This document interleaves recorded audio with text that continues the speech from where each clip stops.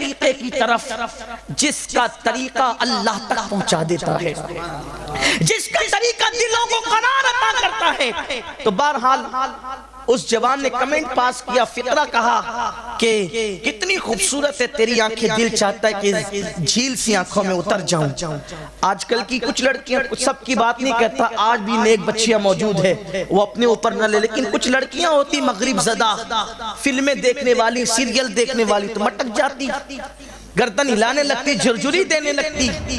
مگر قربان اس لڑکی نے کہا میری آنکھیں اچھی لگی، کہا بہت خوبصورت ہے تیری آنکھیں، کہا رکنا ابھی آتی، رکنا ابھی علاج کرتی ہوں۔ گھر گئی، چاقو لیا، آنکھیں کاٹی، اور آنکھیں کاٹ کر کے ایک تشت میں رکھا، ایک چٹھی لکھی کنیز کو، حالانکہ آنکھ کاٹنے سے پہلے چٹھی لکھی گئی تھی، چٹھی لکھی کنیز کو دے دیا کہ وہ لڑکا وہاں کھڑا اس کو دے دے۔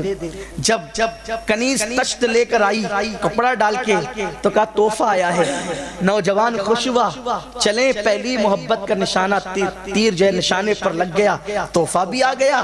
جب اس نے کپڑا ہٹایا تو دیکھا دو کٹی ہوئی آنکھیں تھی اور ایک چٹھی تھی، اور اس میں لکھا ہوا تھا جو آنکھیں مردوں کو میری طرف متوجہ کر کے میرے فتنے میں مبتلا کرے، ایسی آنکھوں کو میں اپنے ماتھے میں رکھنا پسند نہیں کرتی۔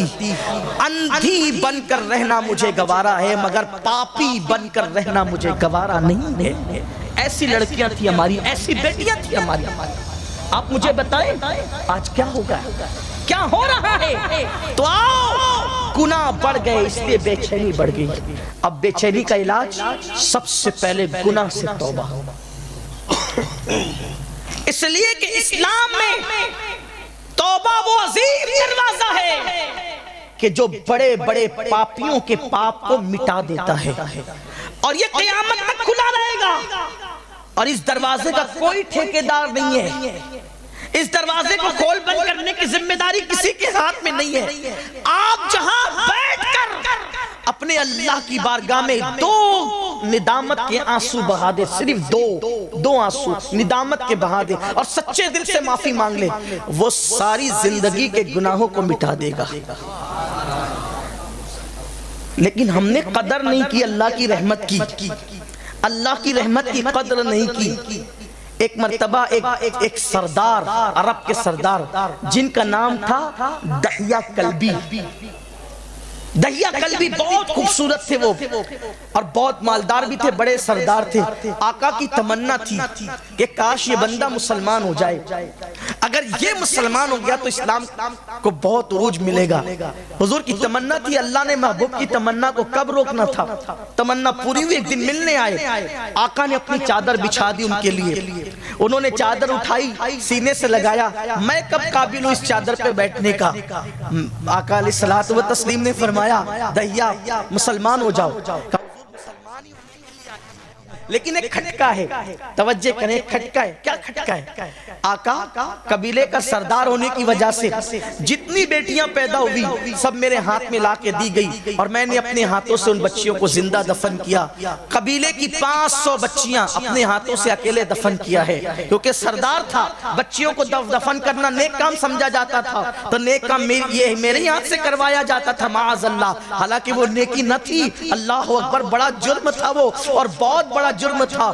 آج بھی بیٹیاں دفن ہو رہی ہے، عرب کے ظالم لوگ بیٹیوں کو زمین میں دفن کرتے تھے، عجم کے ہوشیار مسلمان اپنی بیٹیوں کو گٹروں میں بہا رہے، گٹروں کے اندر۔ اتنے ہوشیار ہو گئے ہو، رحمت للعالمین کے امتی ہو کر بیٹیوں کو گٹروں میں بہا رہے ہو۔ آپ کہو گے کیسے بہا رہے؟ ہاں، جب کوئی ماں کے شکم میں بچی پرورش پاتی ہے، الٹرا ساؤنڈ کے ذریعے سے، سونوگرافی کے ذریعے سے، حکومت کے ڈر اور خوف سے بڑی بھاری رقمیں دے کر کے چیک اپ کرواتے ہو، پیٹ میں بیٹا پل رہا ہے کہ بیٹی پل رہی ہے؟ اگر پیٹ میں بیٹی پل رہی ہوتی ہے تو اس کو چمچوں سے کاٹ دیا جاتا ہے، اس کو چھری سے پیٹ کے اندر کاٹ دیا جاتا ہے۔ سوچو تو صحیح، جس نبی نے پتھر کھا کر بیٹیوں کو زندگی دی تھی، جب اس نبی کا کلمہ پڑھنے والا امتی ماں کے پیٹ میں ڈاکٹروں کے ذریعے سے بیٹی کے ٹکڑے کر اس کو بغیر کفن کے نالیوں میں بہاتا ہوگا، مکین گنبد خضرا کے دل پہ کیا گزرتی ہوگی۔ اور آج کل کی عورتیں بھی مجھے تو بیٹا چاہیے، بیٹا، مجھے بیٹی نہیں چاہیے۔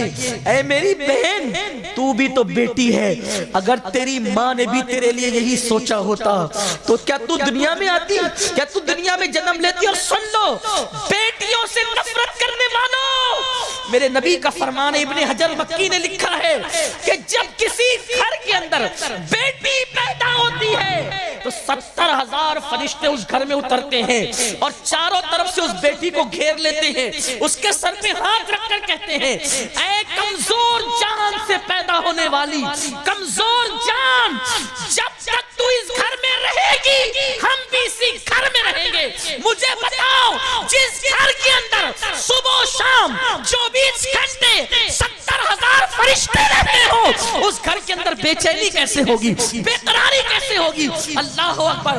بیٹیوں سے نفرت مت کرو، حضور کا دل دکھتا ہے، حضور کا دل دکھتا ہے، بلکہ آقا نے تو یہاں تک فرمایا میں خود بیٹیوں کا باپ ہوں۔ آقا فرماتے میں بیٹیوں کا باپ ہوں۔ اگر تمہارے یہاں بیٹی بھی اور بیٹے بھی ہو، اگرچہ بیٹا ایک ہو بیٹیاں زیادہ ہو، بیٹے کی اہمیت زیادہ ہوگی۔ سفر سے آنا، گفٹ لانا، پہلے گفٹ بیٹے کو مت دینا، پہلے گفٹ بیٹیوں کو دینا، کیونکہ بیٹیوں کا دل بہت کمزور ہوتا ہے۔